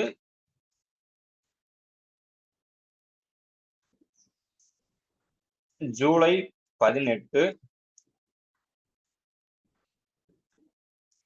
1947, சரிங்களா? ஜூலை 18 1947 வந்து என்ன பண்ணிருப்பாங்க அப்படின்னா இந்திய விடுதலை சட்டம் அப்படிங்கிற சட்டத்தை இங்கிலாந்து பாராளுமன்றத்துல கொண்டு வந்திருப்பாங்க. சரிங்களா? இங்கிலாந்து பாராளுமன்றத்துல வந்து கொண்டு வந்திருப்பாங்க. அதுக்கப்புறம் வந்து பார்த்தோம் அப்படின்னா இந்தியாவுக்கு வந்து ஆகஸ்ட் 15 இந்தியாவுக்கு வந்து சுதந்திரம் கிடைச்சிருச்சு. சரிங்களா? ஸோ அதுக்கப்புறம் வந்து ஒரு சில மாற்றங்கள் வந்து நடந்திருக்கும். எங்க அப்படின்னா இந்த அரசியலமைப்பு நிர்ணய சபையில. ஸோ அப்படி என்னென்ன மாற்றங்கள் வந்து நடந்திருக்கு அப்படின்னா முதல் மாற்றம் உறுப்பினர்களுடைய எண்ணிக்கையில. சரிங்களா? ஸோ முதல் மாற்றம் உறுப்பினர்களுடைய எண்ணிக்கையில. அதாவது ஆரம்பத்துல 389 உறுப்பினர்களாக இருந்த அரசியலமைப்புடைய எண்ணிக்கை அதுக்கப்புறம் விடுதலைக்கு அப்புறம் 299 வந்து குறைஞ்சிருச்சு சரிங்களா. அதாவது பிரிட்டிஷ் இந்திய மாகாணங்கள்ல 296 இருந்து 229 குறைஞ்சிருச்சு. சுதேச அரசுகள்ல 93 இருந்து 70 உறுப்பினர்களா வந்து குறைஞ்சிட்டாங்க சரிங்களா. சுதேச உறுப்பினர்களுமே வந்து பார்த்தோம்னா 563 இருந்து 552 குறைஞ்சிரும். இந்தியாவில இருக்க சுதேச அரசோட எண்ணிக்கை வந்து இப்ப எவ்வளவு அப்படின்னா 552 தான் சரிங்களா. அதுக்கடுத்து வந்து பார்த்தோம் அப்படின்னா இந்திய அரசியலமைப்பு நிர்ணய சபை ஒரு இறையாண்மை பெற்ற அமைப்பாக மாறியது. இறையாண்மை பெற்ற அமைப்பாக மாறியது. அரசியலமைப்பு நிர்ணய சபை ஒரு இறையாண்மை பெற்ற அமைப்பா மாறி இருக்கு. அதுக்கான இறையாண்மை அப்படின்னா என்ன அர்த்தம் அப்படின்னா இது வரைக்கும் வந்து பார்த்தோம் அப்படின்னா நம்ம வந்து விடுதலைக்கு முன்னாடி வரைக்கும் நம்ம என்ன பண்ணோம் அப்படின்னா இங்கிலாந்தினுடைய கட்டுப்பாட்டுல நம்ம இருந்தோம். இங்கிலாந்து சொல்றதுதான் நம்ம கேட்கணும், இங்கிலாந்து சொல்ற சட்டங்களுக்கு நம்ம அடிப்படையணும், அந்த மாதிரியானதான் இருந்துச்சு. ஆனா இதுக்கப்புறம் அதாவது விடுதலைக்கு அப்புறம் வந்து பார்த்தோம் அப்படின்னா அந்த மாதிரி தேவையில்லை. இந்தியாவுக்கு இந்திய அரசியலமைப்பு நிர்ணய சபை என்ன சொல்லுதோ அது செஞ்சா போதும் அப்படிங்கிற ஒரு கான்செப்ட் தான் நம்ம இருக்கோம் சரிங்களா. அதுக்கப்புறம் வந்து பார்த்தோம் அப்படின்னா சட்டமன்றமாக ஆல்ரெடி நான் சொன்ன மாதிரி இது வரைக்கும் வந்து பார்த்தோம் அப்படின்னா நமக்கான சட்டங்களை இயற்றிய அமைப்பு வந்து எது அப்படின்னா இங்கிலாந்து பாராளுமன்றம் தான் இந்தியாவுக்கான சட்டங்களை போடும். அதை நம்ம வந்து ஃபாலோ பண்ணிட்டு இருக்கோம் சரிங்களா. ஆனா இதுக்கப்புறம் வந்து அப்படி கிடையாது. நம்மளுடைய இந்திய அரசியலமைப்பு நிர்ணய சபை தான் என்ன பண்ண போகுது அப்படின்னா நமக்கான சட்டங்களை வந்து இயற்ற போகுது சரிங்களா. அதுக்கடுத்து வந்து பார்த்தோம் அப்படின்னா டாக்டர் ராஜேந்திர பிரசாத் வந்து என்ன பண்ணுவார் அப்படின்னா அரசியலமைப்பு கூட்டங்களுக்கு வந்து தலைமை தாங்குவார். அதாவது நம்ம ஆல்ரெடி சொன்ன மாதிரி அரசியலமைப்பு நிர்ணய சபையுடைய தலைவர் வந்து யார் அப்படின்னா ராஜேந்திர பிரசாத். அவருடைய வேலை வந்து என்ன அப்படின்னா அரசியலமைப்பு சம்பந்தப்பட்ட கூட்டம் நடந்துச்சு அப்படின்னா அவர் தலைவராக இருப்பாரு.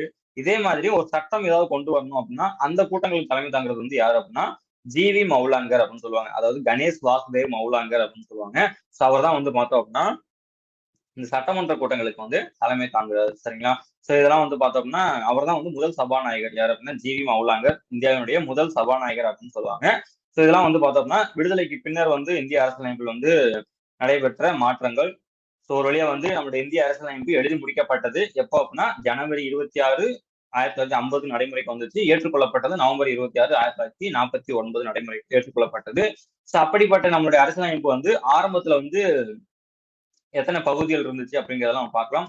ஆரம்பத்துல வந்து பார்த்தோம் அப்படின்னா இறுதியாக ஒரு முகவுரை இருந்துச்சு சரிங்களா. ஒரு முகவுரை இருக்கு. அதுக்கடுத்து வந்து பார்த்தோம் அப்படின்னா 8 அட்டவணைகள் இருக்கு. ஒரே ஒரு முகவுரை இருக்கு, 8 அட்டவணை இருக்கு, 22 பகுதிகளை உள்ளடக்கிய ஒரு இந்திய அரசியலமைப்பு.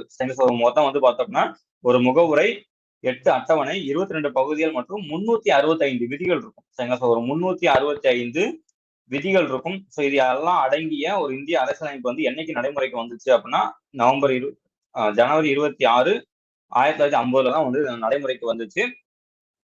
மொத்தம் ஒரு முகவுரை, 8 அட்டவணைகள், 22 பகுதிகள் மற்றும் 365 விதிகள் இருக்கு சரிங்களா. இதுல வந்து பார்த்தோம் அப்படின்னா ஒரு சில விதிகள் வந்து என்னைக்கு நடைமுறைக்கு வந்துச்சு அப்படின்னா நவம்பர் 26, 1949 வந்து நடைமுறைக்கு வந்துச்சு. அது வந்து எது விதிகள் அப்படின்றத பார்த்தோம். 5, 6, 7, 8, 9 இதெல்லாம் வந்து பார்த்தோம் அப்படின்னா குடியுரிமை தொடர்பான விதிகள் சரிங்களா. குடியுரிமை தொடர்பான விதிகள். அது 60, 324 வந்து பார்த்தோம் அப்படின்னா தேர்தல் தொடர்பானது. அதாவது 60 வந்து 60 வந்து பார்த்தோம் அப்படின்னா குடியரசுத் தலைவர் தேர்தல் தொடர்பானது. 324 வந்து தேர்தல் ஆணையம் தொடர்பானது. 366, 67 இதெல்லாம் வந்து பார்த்தோம் அப்படின்னா நம்மளுடைய இந்திய அரசியலமைப்பு பத்தினது. இந்த மாதிரியான ஒரு சில விதிகள்லாம் வந்து பார்த்தோம் அப்படின்னா என்னைக்கு நடைமுறைக்கு வந்துச்சு அப்படின்னா நவம்பர் 26, 1949 நடைமுறைக்கு வந்துச்சு சரிங்களா. அதாவது ஒட்டுமொத்த அரசியலமைப்பு நடைமுறைக்கு வந்துச்சு வந்து என்னைக்குன்னா ஜனவரி 26, 1950 தான். ஆனா ஒரு சில விதிகள் வந்து என்ன பண்ணுச்சு அப்படின்னா நவம்பர் 26, 1949 நடைமுறைக்கு வந்துச்சு. அதுக்கான காரணம் வந்து என்ன அப்படின்னா இப்ப வந்து குடியுரிமை விதிகள் அப்படின்னா இந்தியா வந்து அப்பதான் வந்து 2 ஸ்டேட்டா வந்து பிரிச்சிருக்கு. இந்தியாவுடைய குடிமக்கள்னா யாரு அப்படின்னா நம்மளுடைய இந்திய அரசியலமைப்புல தான் இருக்கு. அதனால வந்து என்ன பண்ணோம் அப்படின்னா 2 months அதுக்காக வெயிட் பண்ணிட்டு இருக்க முடியாது அப்படின்னு சொல்லிட்டு முன்னாடியே வந்து அதுக்கான விதிகளை வந்து கொண்டு வந்துட்டாங்க. அதுக்கப்புறம் வந்து குடியரசுத் தலைவர் விதி 60 வந்து குடியரசுத் தலைவர் தேர்தல் தொடர்பானது. குடியரசுத் தலைவர் வந்து பார்த்தோம் அப்படின்னா ஜனவரி 25 கொண்டு வந்திருப்பாங்க. அதாவது குடியரசுத் தலைவர் கொண்டு வரணுங்கிறதுக்காக குடியரசுத் தலைவருக்கான தகுதிகள்லாம் என்ன மாதிரி நம்ம வைக்கலாம் அப்படிங்கிறதெல்லாம் நம்ம முன்னாடியே வந்து கொண்டு வந்திருப்பாங்க சரிங்களா. அதாவது குடியரசுத் தலைவர் தேர்தலை முன்னாடி நடத்தணுங்கிறதுக்காக சரிங்களா. 324 அது மாதிரி தேர்தல் ஆணையத்தை முன்னாடி இங்க கொண்டு வரணுங்கிறதுக்காக கொண்டு வந்திருப்பாங்க சரிங்களா. இந்த மாதிரி எல்லாம் ஒரு சில விதிகள் எல்லாம் நவம்பர் 26, 1949 நடைமுறைக்கு வந்துச்சு. ஆனா முழு ஒட்டுமொத்த அரசியலமைப்பு என்னைக்கு நடைமுறைக்கு வந்துச்சு அப்படின்னா ஜனவரி 26, 1950 தான் நடைமுறைக்கு வந்துச்சு. இதுக்கப்புறம் வந்து பார்த்தோம் அப்படின்னா அரசியலமைப்பு தொடர்பான முக்கியமான குழுக்கள். மொத்தம் வந்து பார்த்தோம் அப்படின்னா 8 முக்கியமான குழுக்கள் இருக்கும், 13 சிறிய குழுக்கள் இருக்கும் சரிங்களா. இந்திய அரசியலமைப்பு நிர்ணய சபையில மொத்தம் 8 பெரிய குழுக்கள் இருந்திருக்கும். அதுக்கப்புறம் வந்து பார்த்தோம் அப்படின்னா 13 சிறிய குழுக்கள் இருந்திருக்கும். சரிங்களா? ஸோ இந்த 8 பெரிய குழுக்கள் தான் ரொம்ப முக்கியம். ஸோ 13 முக்கிய சிறிய குழுக்கள்ல அவ்வளவு பெரிய முக்கியமான இது வந்து எதுவும் இல்லை. அவ்வளவு முக்கியம் நம்ம தெரிஞ்சுக்க வேண்டாம். ஆனா அந்த 8 குழுக்கள் வந்து நம்ம கண்டிப்பா தெரிஞ்சுக்கணும். சரிங்களா? ஸோ ஃபர்ஸ்ட் வந்து பார்த்தோம் அப்படின்னா ஆஹ் மாகாண அரசியலமைப்பு குழு. சரிங்களா? ஸோ மாகாண அரசியலமைப்பு குழு தலைவர் வந்து யார் அப்படின்னா வல்லபாய் பட்டேல். அதுக்கப்புறம் வந்து வரைவு குழு நம்ம பார்த்தோம். டாக்டர் பி ஆர் அம்பேத்கர் தான் வரைவு குழுவுடைய தலைவர். ஸோ அடுத்தது ஒன்றிய அதிகார குழு ஜவஹர்லால் நேரு, மாநில குழு ஜவஹர்லால் நேரு, நடைமுறை விதிகள் குழு ராஜேந்திர பிரசாத், ஒன்றிய அரசியலமைப்பு குழு ஜவஹர்லால் நேரு. ஸோ அதனால ஞாபகம் வச்சுக்கோங்க. மாநில அல்லது மாகாண அரசியலமைப்பு குழு வல்லபாய் பட்டேல், ஒன்றிய அதாவது மத்திய அரசியலமைப்பு குழு ஜவஹர்லால் நேரு, வரைவு குழு டாக்டர் பி ஆர் அம்பேத்கர், ஒன்றிய அதிகார குழு ஜவஹர்லால் நேரு, மாநில குழு ஜவஹர்லால் நேரு. சரிங்களா? அதுக்கு அடுத்தது நடைமுறை விதிகள் குழு மற்றும் வழிகாட்டு குழு, ரெண்டு குழுக்கும் வந்து டாக்டர் ராஜேந்திர பிரசாத் தலைவராக இருப்பார். சரிங்களா? நடைமுறை விதிகள் குழு மற்றும் வழிகாட்டும் குழு ரெண்டுக்குமே வந்து டாக்டர் ராஜேந்திர பிரசாத் வந்து தலைவராக இருப்பாரு. ஸோ அதுக்கப்புறம் வந்து பார்த்தோம் அப்படின்னா அடிப்படை உரிமைகள் தொடர்பான குழுக்கு வந்து தலைவர் வந்து யாரு அப்படின்னா வல்லபாய் பட்டேல். சரிங்களா? அடிப்படை உரிமைகள், சிறுபான்மையினர் மற்றும் பழங்குடியினர் மற்றும் விலக்கப்பட்ட பகுதிகள் குறித்த ஆலோசனை குழுவினுடைய தலைவர் வந்து யாரு அப்படின்னா சர்தார் வல்லபாய் பட்டேல். ஸோ அதுக்கடுத்து வந்து பார்த்தோம் அப்படின்னா தேசிய கொடி, ஸோ இந்தியாவுக்குள்ள தேசிய கொடி குறித்த குழு தலைவர் வந்து யாரு அப்படின்னா டாக்டர் ராஜேந்திர பிரசாத். ஸோ இதெல்லாம் வந்து பார்த்தீங்கன்னா ரொம்ப முக்கியமான கமிட்டிஸ். இதெல்லாம் தெரிஞ்சு வச்சுக்கோங்க. ஸோ இது இல்லாம வந்து பார்த்தோம் அப்படின்னா ஒரு சில கமிட்டிஸ் எல்லாம் இருக்கும். அதாவது எஸ்கே தார் கமிட்டி அப்படின்னு சொல்லிட்டு ஒரு கமிட்டி இருந்திருக்கும். ஸோ அது வந்து எதுக்காக அப்படின்னா மொழி வாரியா வந்து மாநிலங்களை வந்து பிரிக்கலாமா அப்படிங்கிறதுக்காக அமைச்சிருப்பாங்க. எஸ்கே தார் கமிட்டி அப்படின்னு சொல்லிட்டு ஒரு கமிட்டி வந்து பிரிச்சிருப்பாங்க. அந்த கமிட்டி வந்து வேலை வந்து என்ன அப்படின்னா மொழி வாரியாக மாநிலங்களை வந்து நம்ம பிரிக்கலாமா, பிரிக்க முடியுமா அப்படின்ற ஆராய்ச்சிக்காக அந்த குழு வந்து அமைச்சிருப்பாங்க. எஸ்கே தார் குழு அப்படின்னு சொல்லிட்டு. சரிங்களா? ஸோ அதுக்கடுத்து வந்து பார்த்தோம் அப்படின்னா அரசியலமைப்பு சபை மீதான விமர்சனங்கள். ஸோ இந்திய அரசியலமைப்பு வந்து எழுதி முடிக்கப்பட்டது, நடைமுறைக்கு வந்துருச்சு. ஸோ இப்ப நம்மளுடைய அரசியலமைப்புல வந்து நம்ம ஆரம்பத்துல பார்த்திருந்தோம். ஒரு முகவரை இருக்கு, 8 அட்டவணைகள், 22 பகுதிகள், 365 விதிகள் அப்படிலாம் பார்த்திருந்தோம் இல்லையா? ஸோ இப்ப வந்து பார்த்தோம் அப்படின்னா நம்மளுடைய இந்திய அரசியலமைப்புல ஒரு முகவுரை இருக்கு. முகவுரை வந்து சேம் தான். ரெண்டாவது வந்து பார்த்தோம்னா 8 அட்டவணைக்கு வந்து பார்த்தோம்னா 12 அட்டவணைகள் இருக்கு. சரிங்களா? 22 பகுதிகளுக்கு பதிலாக 25 பகுதிகள் இருக்கு. அடுத்ததாக 365 விதிகளுக்கு பதிலாக பல்வேறு முறை திருத்தப்பட்டு 470 விதிகள் வந்து இப்போதைக்கு இந்திய அரசியலமைப்புல இருக்கு. சரிங்களா? இதெல்லாம் வந்து இந்திய அரசியலமைப்பு வந்து எவ்வாறு ஏற்றுக்கொள்ளப்பட்டது, இந்திய அரசியலமைப்பு நிர்ணய சபை வந்து எவ்வாறு ஏற்றுக்கொள்ளப்பட்டதுன்னு சொல்லுவாங்க. ஸோ ஜனவரி 26, 1950. ஸோ அந்த டேட்ல வந்து பார்த்தோம் அப்படின்னா இந்திய அரசியலமைப்பு நிர்ணய சபை வந்து தன்னுடைய வேலைப்பாட்டை வந்து முடிச்சிருவாங்க. இதுக்கப்புறம் அதாவது 1950 இருந்து சரிங்களா? ஸோ 1950 இருந்து 1952 வரைக்கும் வந்து பார்த்தோம் அப்படின்னா இந்திய அரசியலமைப்பு நிர்ணய சபை ஒரு தற்காலிக பாராளுமன்றமா செயல்பட ஆரம்பிச்சிடும். சரிங்களா? ஒரு 2 வருஷம் வந்து என்ன பண்ணும் அப்படின்னா தற்காலிக பாராளுமன்றமா இருக்கும். அதுக்கான காரணம் வந்து என்ன அப்படின்னா முதல் எலெக்ஷன் வந்து இந்த பீரியட் நடக்கும். 50 to 52 தான் வந்து ஃபர்ஸ்ட் எலெக்ஷன் நடக்கும். ஸோ அந்த சமயத்துல வந்து இந்தியாவை வந்து ரெப்ரசென்ட் பண்ணணுங்கிறதுக்காக இந்த அரசியலமைப்பு நிர்ணய சபை தான் ஒரு தற்காலிக பாராளுமன்றமா செயல்பட்டு இருக்கும். சரிங்களா? இதுக்கப்புறம் வந்து லாஸ்டா வந்து பார்த்தோம் அப்படின்னா அரசியலமைப்பு நிர்ணய சபை மீதான விமர்சனம் பார்த்துடலாம். ஸோ இந்த அமைப்பை பொறுத்தளவு வந்து பார்த்தோம் அப்படின்னா ஒரு சில விமர்சனங்கள், அதாவது இந்திய அரசியலமைப்பு நிர்ணய சபை மேல எவ்வளவு செயல்பாடுகள் இருந்தாலும் கூட ஒரு சில விமர்சனங்கள் வைக்கப்பட்டு தான் இருக்கு. ஸோ அதுல ஒரு சிலதை நம்ம பார்க்கலாம். ஸோ முழுமையான பிரதிநிதித்துவப்படுத்தும் அமைப்பாக இருக்கவில்லை. ஸோ வந்து என்ன சொல்றாங்க அப்படின்னா இந்தியா முழுவதும் இந்த அமைப்பு வந்து பிரதிநிதித்துவப்படுத்தலை அப்படின்னு சொல்லுவாங்க. சரிங்களா? பிரிட்டிஷ் தான் மேக்ஸிமம் வந்து இந்த விமர்சனங்கள்லாம் வந்து வைக்கிறதெல்லாம் யாரு அப்படின்னா இந்த பிரிட்டிஷ் தான் வைப்பாங்க. ஸோ அதுல முக்கியமானது வந்து என்ன அப்படின்னா முழுமையாக பிரதிநிதித்துவப்படுத்தும் அமைப்பா இல்லை அப்படின்னு சொல்லியிருந்தாங்க. சரிங்களா? ஏன்னா நம்ம ஆரம்பத்திலே பார்த்திருந்தோம் இந்துக்கள், இஸ்லாமியர்கள், சீக்கியர்களுக்கு தான் வந்து பார்த்தோம் அப்படின்னா இதுல வந்து விகிதாச்சார பயணத்தும் கொடுத்திருந்தாங்க. மற்றபடி இங்க வந்து பார்த்தோம்னா கிறிஸ்தவர்கள் இருந்தாங்க. அதுக்கப்புறம் வந்து பார்த்தோம்னா பார்சிகள் இருந்தாங்க. இந்த மாதிரி நிறைய மதத்தவர்கள் இருந்தாங்க. அவங்களுக்கெல்லாம் வந்து பார்த்தோம் அப்படின்னா முக்கியத்துவம் தரல அப்படின்ற மாதிரி சொல்றாங்க. ரெண்டாவது வந்து பார்த்தோம் அப்படின்னா இது ஒரு இறையாண்மை கொண்ட அமைப்பு அல்ல அப்படின்னு சொல்லிட்டு யாரு சொல்றா அப்படின்னா பிரிட்டிஷ். ஸோ இறையாண்மை கொண்ட அமைப்பு அல்ல, மேலும் பிரிட்டிஷ் முன்மொழிவுகளால் உருவாக்கப்பட்டது. அதாவது இந்த அமைப்பு வந்து முழுக்க முழுக்க இந்தியர்களால் உருவாக்கப்படல, பிரிட்டிஷ் சொன்னதுக்காக இது வந்து உருவாக்கப்பட்டது அப்படின்னு சொல்லிட்டு பதிவு சொல்றாங்க. அதுக்கு அடுத்து வந்து பார்த்தோம் அப்படின்னா நஸ்ருதீன் அகமது அப்படின்னு ஒருத்தர் இருக்காரு. ஸோ அவர் வந்து என்ன சொல்றாரு அப்படின்னா அரசியலமைப்பு உருவாக அதிக நேரம் எடுத்துக்கொள்ளப்பட்டது. ஸோ இவங்க வந்து என்ன சொல்றாரு அப்படின்னா டிராப்டிங் கமிட்டியை வந்து ட்ரிஃப்டிங் கமிட்டி அப்படின்னு சொல்லுவார். யார் அப்படின்னா நஸ்ருதீன் அகமது. அதாவது அரசியலமைப்பு உருவாக்குவதற்காக அதிக காலம் எடுத்துக்கொள்ளப்பட்டது அப்படின்னு சொல்லுவாங்க. ஸோ அதுக்கடுத்து வந்து பார்த்தோம் அப்படின்னா அதிக அளவில் வழக்கறிஞர்களால் ஆதிக்கம் செலுத்தப்பட்டது. வழக்கறிஞர்கள் மற்றும் அரசியல்வாதிகளால் ஆதிக்கம் செலுத்தப்பட்டது அப்படின்னு சொல்லிட்டு சொல்லியிருப்பாங்க.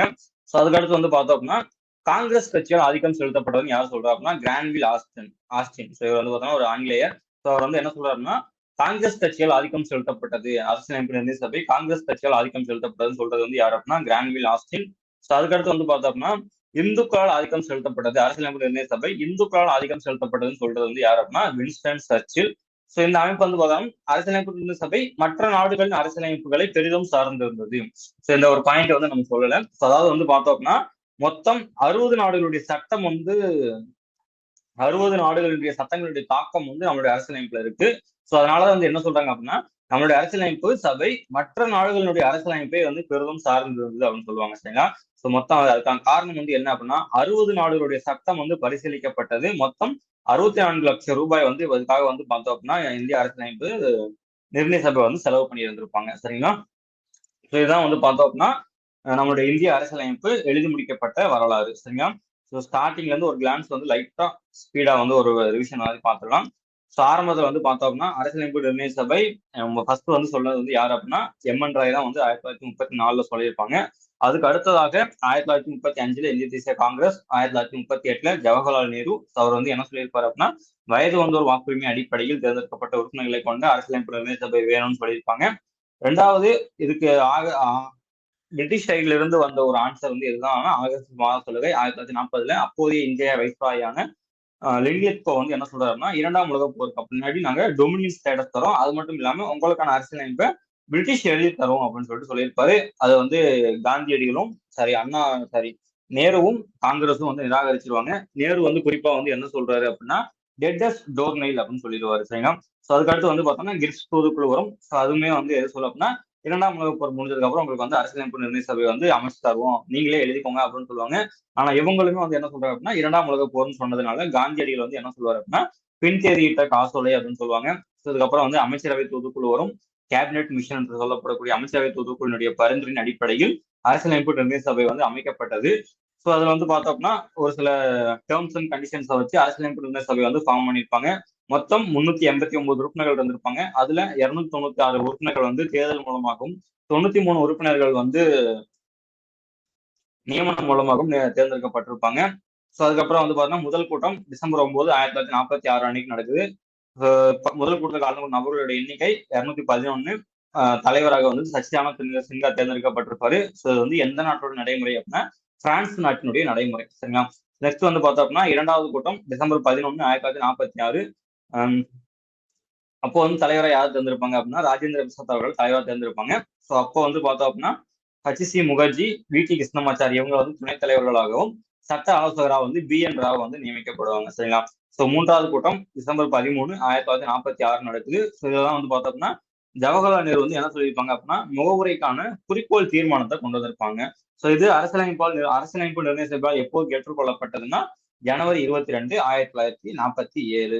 இதுக்கப்புறம் வந்து பார்த்தோம்னா ஜூன் 3 திட்டம் அப்படின்னு சொல்லிட்டு திட்டத்தை வந்து கொண்டு வராது யார் அப்படின்னா மவுண்ட் பேட்டன். அதன்படி ஜூலை 18 1947 இந்திய விடுதலை சட்டம் இங்கிலாந்து பாராளுமன்றத்தால் நிறைவேற்றப்பட்டது. அதுக்கப்புறம் ஆகஸ்ட் 15 இந்தியாவுக்கு வந்து விடுதலை கிடைச்சிடும். ஸோ விடுதலை கிடைச்சதுக்கு அப்புறம் வந்து பார்த்தோம்னா 1949 நவம்பர் 26 அன்னைக்கு வந்து நம்மளுடைய அரசியலமைப்பு வந்து எழுதி முடிக்கப்பட்டது. மொத்தமா 2 ஆண்டுகள் 11 மாதங்கள் 18 நாட்கள் 2 years 11 months 18 days நம்மளுடைய அரசியலமைப்பு வந்து எழுதியிருப்பாங்க. மொத்தம் 11 அமர்வுகள் நடந்திருக்கும். கடைசி கூட்டம் ஜனவரி 24 1950 நடந்திருக்கும். கடைசி கூட்டத்தில் கலந்து கொண்ட நபரோட எண்ணிக்கை வந்து பார்த்தோம்னா 284. ஸோ அரசியலமைப்பு நிர்ணய சபையினுடைய ஒரு சில செயல்பாடுகள்னு பார்த்தோம்னா காமன்வெல்த் அமைப்பில் இந்தியா உறுப்பினராக அங்கீகரிக்கப்பட்டது 1949 மே. தேசிய கொடி ஏற்றுக்கொள்ளப்பட்டது ஜூலை 22 1947. தேசிய கீதம் மற்றும் தேசிய பாடல் மற்றும் இந்தியாவின் முதல் குடியரசுத் தலைவராக ராஜேந்திர பிரசாத் நியமனம் செய்யப்பட்டதெல்லாம் ஜனவரி 24 1950. அதுக்கப்புறம் வந்து பார்த்தோம்னா வாசிப்பு காலங்கள். ஸோ 3 வாசிப்பு காலங்கள் இருக்கு. அதுக்கப்புறம் வந்து அரசியலமைப்பு முழுமையாக நடைமுறைக்கு வந்தது வந்து என்னைக்கு அப்படின்னா ஜனவரி 26 1950. அதுக்கான காரணம் 1930 ஜனவரி 26 பூர்ண ஸ்வராஜ் டே அப்படின்னு சொல்லிட்டு ஒரு டே வந்து நம்ம கொண்டாடி இருப்போம் சரிங்களா. ஸோ அதுக்கடுத்து வந்து பார்த்தோம் அப்படின்னா வரைவு குழு எப்போது ஃபார்ம் பண்ணப்பட்டது அப்படின்னா ஆகஸ்ட் 29 1947. தலைவர் டாக்டர் பி.ஆர். அம்பேத்கர். இதுல மொத்தம் வந்து அம்பேத்கர் உட்பட 7 உறுப்பினர்கள், அம்பேத்கர் தலைமையில் 6 உறுப்பினர்கள் இருப்பாங்க சரிங்களா. ஸோ இந்திய அரசியலமைப்புடைய தந்தை டாக்டர் பி.ஆர். அம்பேத்கர்னு சொல்லுவோம். அது மட்டும் இல்லாம இந்திய அரசியலமைப்பின் தலைமை பொறியாளர் அப்படின்னு டாக்டர் பி.ஆர். அம்பேத்கர் அவர்களை தான் நம்ம சொல்லுவோம். சரிங்களா? நெக்ஸ்ட் வந்து பார்த்தோம்னா விடுதலைக்கு அப்புறம் வந்து ஒரு சில மாற்றங்கள் நடந்துச்சு. ஸோ என்னென்ன மாற்றங்கள் அப்படின்னா 389 இருந்த உறுப்பினர்களோட எண்ணிக்கை 299 மாறி இருந்துச்சு. அதுக்கப்புறம் இறையாண்மை பெற்ற அமைப்பா மாறி இருந்துச்சு. அதுக்கப்புறம் சட்டமன்றமும் மாறி இருந்துச்சு. சரிங்களா? சட்டமன்ற கூட்டங்களுக்கு தலைமை தாங்குபவர் முதல் சபாநாயகரான ஜி.வி. மௌலாங்கர். அரசியலமைப்பு கூட்டங்களுக்கு தலைமை தாங்குபவர் வந்து யார் அப்படின்னா டாக்டர் ராஜேந்திர பிரசாத். சோ இந்திய அரசியலமைப்பு ஆரம்பத்தில் ஒரு முகவுரை, 8 அட்டவணை, 22 பகுதிகள் மற்றும் 365 விதிகளை உள்ளடக்கி இருந்தது. இப்போ கரண்ட் டேட்ல ஒரே முகவுரை இருக்கு, 12 அட்டவணைகள் இருக்கு, 25 பகுதிகள் இருக்கு, 470க்கும் மேற்பட்ட விதிகள் எல்லாம் இருக்கு. சரிங்களா? சோ ஒரு சில விதிகள் நவம்பர் 26, 1949 நடைமுறைக்கு வந்துச்சு. ஆனா முழு அரசியலமைப்பும் ஜனவரி 26, 1950 வந்து நடைமுறைக்கு வந்துச்சு. சரிங்களா? சோ இதெல்லாம் வந்து முக்கியமான குழுக்கள். மாகாண அரசியலமைப்பு குழு டாக்டர் சர்தார் வல்லபாய் பட்டேல், வரைவு குழு டாக்டர் பி.ஆர். அம்பேத்கர், ஒன்றிய அதிகார குழு ஜவஹர்லால் நேரு, மாநில குழு ஜவஹர்லால் நேரு, நடைமுறை மற்றும் விதிகள் குழு வழிகாட்டும் குழுக்கெல்லாம் டாக்டர் ராஜேந்திர பிரசாத், ஒன்றிய அரசியலமைப்பு குழு ஜவஹர்லால் நேரு, அடிப்படை உரிமைகள் மீதான குழு வல்லபாய் பட்டேல், தேசிய கொடி குழு குறித்த தற்காலிக குழு டாக்டர் ராஜேந்திர பிரசாத். இது மட்டும் எதுவும் இல்லாம கூடுதலாக எஸ்கே தார் குழு எதுக்காக அப்படின்னா மொழிவாரியாக மாநிலங்களை பிரிப்பதற்காக உருவாக்கப்பட்ட குழு. சரிங்களா? ஸோ இதுக்கப்புறம் வந்து பார்த்தோம்னா அரசியலமைப்பு நிர்ணய சபை மீதான விமர்சனங்கள்.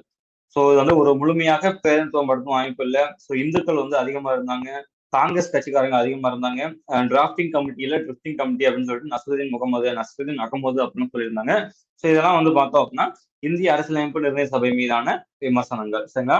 ஸோ மொத்தம் 60 நாடுகளுடைய சட்டம் பரிசீலிக்கப்பட்டது. 64 லட்சம் ரூபாய் வந்து இதுக்காக வந்து செலவழிச்சிருப்பாங்க. சரிங்களா?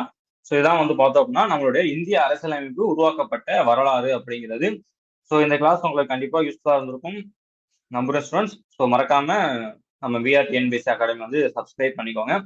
ஸோ நான் ஆரம்பத்திலே சொன்ன மாதிரி நம்ம கமிங் குரூப் 4, குரூப் 2 வந்து புதுசா வந்து நம்ம வந்து ஃபர்ஸ்ட் டைம் நம்ம விஆர் டிஎன்பிஎஸ்சி அகாடமி ஒரு ஆன்லைன் டெஸ்ட் பேட்ச் வந்து ஸ்டார்ட் பண்ணியிருக்கோம். ஸோ பேட்ச் வந்து எப்போ ஸ்டார்ட் ஆகுது அப்படின்னா ஏப்ரல் 15, முடிகிறது வந்து ஜூலை 10. அதாவது குரூப் 4க்கு வந்து ஜூலை 10க்கு வந்து முடியும். ஸோ குரூப் 2க்கு மேபி எக்ஸ்டெண்ட் ஆகலாம். ஸோ அந்த மாதிரி தான் வந்து பிளான் பண்ணியிருக்கோம். ஸோ ஃபீஸ் வந்து பார்த்தோம் அப்படின்னா 1499 தான். ஸோ வேணும் கிளாஸ் வந்து ஜாயின் பண்ணணும் அப்படிங்கிறவங்க, டெஸ்ட் பேட்ச் எதுவும் ஜாயின் பண்ணணுங்கிறவங்க கான்டாக்ட் டீடைல்ஸ் கொடுத்துருக்கோம். அது மட்டும் இல்லாமல் டிஸ்கிரிப்ஷன்லேயே வந்து நம்பர் இருக்கு, கால் பண்ணலாம், இல்லை வாட்ஸ்அப் மெசேஜ் பண்ணலாம். So thank you students. நெக்ஸ்ட் வந்து பார்த்தோம்னா இதனுடைய ப்ரீவியஸ் கொஸ்டின்ஸ், அதுக்கப்புறம் வந்து கண்டினியூஸாக வந்து பார்த்தோம்னா குவாலிட்டி வீடியோஸ் வந்து அப்லோட் பண்ணுவோம். So stay tuned. All the best. நல்லா படிங்க. பாய்.